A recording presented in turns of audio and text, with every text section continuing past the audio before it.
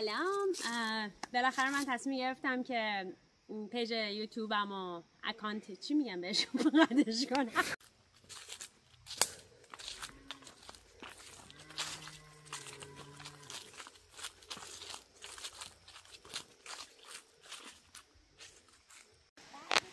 سلام، بالاخره من دل به کار دادم و چنل یوتیوبم رو فعال کردم. مدت ها بود که بهش فکر میکردم ولی واقعیتش جرأتش رو نداشتم که شروع کنم. قرار بود که ویدیوهای معرفی تو خونمون باشه ولی به خاطر آلودگی هوا اصفهان تعطیل شد و الان من تو این جنگل دارم خودم معرفی میکنم، جنگل‌های گیلان.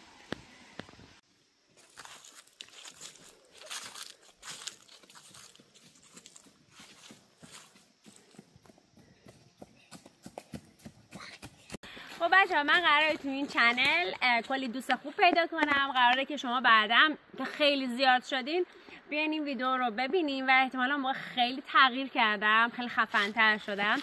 بیاین این ویدیو رو ببینید.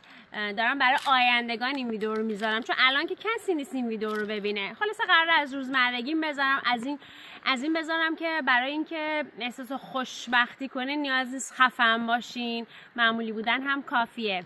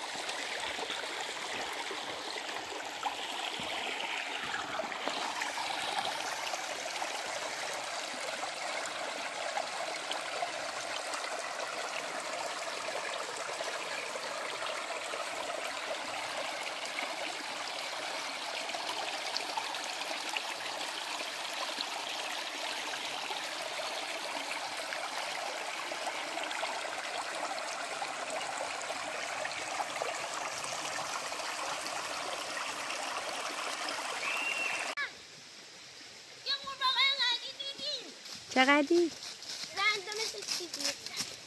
اینجا میده.